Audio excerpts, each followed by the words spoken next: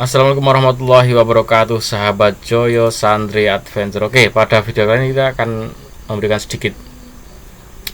eh sedikit opini ya tentang pilpres dan ini salah satunya adalah tentang organisasi Nahdien. Baik, kita lihat organisasi Nahdien ini, para kiai-kiainya itu ternyata memberikan dukungan kepada 3 paslon 1, capres 1, 2, 3, semuanya ada.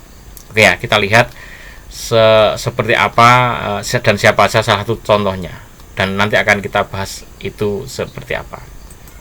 Yang pertama, ini Kiai Najih ya. Kiai Najih itu putra dari almarhum Kiai Maimun Zubair ya. Dan mengucapkan terima kasih. Oke, putra dari Kiai Maimun Zubair ini memberikan dukungan kepada paslon 1, yaitu Anies Baswedan dan Caimin.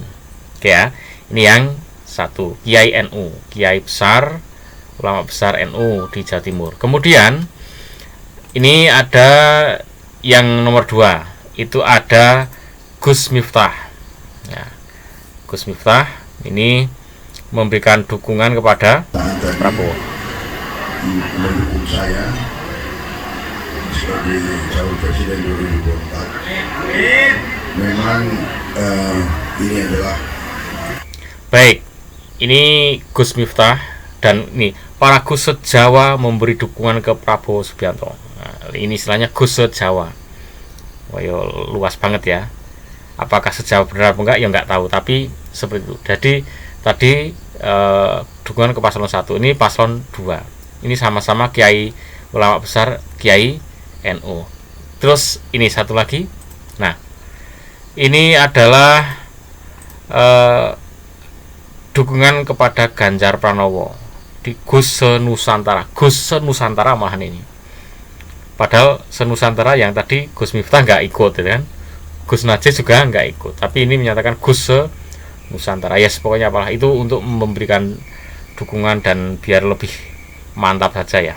Tapi intinya bahwa NU itu memberikan dukungan kepada tiga-tiganya itu ada, dan itu tidak menunjukkan bahwa ternyata NU terpecah, bukan ya. Baik, jadi kiai-kiai Nahdien mendukung 3 pasangan paslon capres-capres yang berbeda, itu bukan yang namanya bukan perpecahan. Kok pecah, kok nggak kompak, kok nggak gembleng, kok nggak bersatu, bukan ya.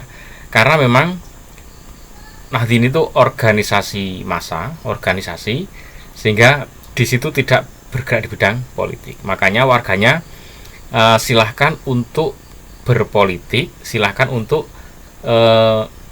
mengambil pilihan sesuai dengan hati nuraninya, sesuai dengan keyakinan pilihan masing-masing. Jadi begitu di organisasi ya ikut organisasi, begitu mau pilihan pemilu maka dia selayaknya sebagai warga umumnya, warga biasa, warga yang lain. Jadi sebagaimana warga-warga yang lain bebas untuk mau menentukan pilihannya sendiri. Jadi organisasi tidak mengintervensi kepada anggotanya untuk harus milih siapa.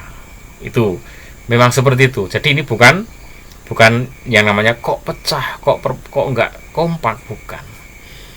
Memang seperti itu ya. Jadi justru bagus ya, makanya pemimpin ini ya didukung dari mana-mana, dan kan ya nggak mungkin 3 paslon kok se-Indonesia akan milih satu semua itu 100% ke satu orang, itu nggak mungkin, tidak mungkin.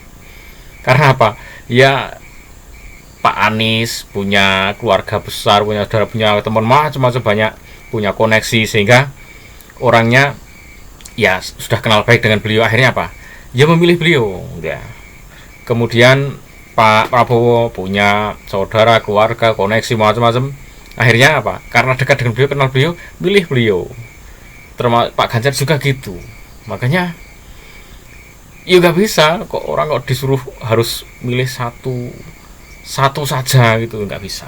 Jadi yang pasti karena tiga-tiganya memang oke, orang oke, ya silahkan di nalar sendiri pakai hati, yang paling dikenal yang mana, yang punya program yang kira-kira paling masuk akal, paling cocok dengan kita siapa, udah pilih aja. Dan setelah pilih, beda dengan teman-teman kita nggak ada masalah, beda pilihan itu nggak masalah, karena beda pilihan itu bukan berarti terus semuanya beda, ya cuma beda pas milih aja. Bahkan Pak Prabowo ini menyampaikan, saya adalah, kalau jadi presiden ya, adalah presiden bagi siapa saja yang memilih saya maupun yang tidak memilih. Wah, ini saya suka itu kalimat itu. Dan apa ya, memang harusnya seperti itu. Nanti siapapun presiden yang jadi, entah Pak Anies, Pak Prabowo atau Pak Ganjar, itu ya ngambil kalimatnya Pak Prabowo tadi semuanya harusnya. Saya adalah presiden bagi rakyat Indonesia, baik yang milih maupun yang tidak milih. Wes ngono kuwi. Oke. Semoga pemilu diberi kelancaran, sukses, aman, dan Indonesia semakin maju. Oke, assalamualaikum warahmatullahi wabarakatuh.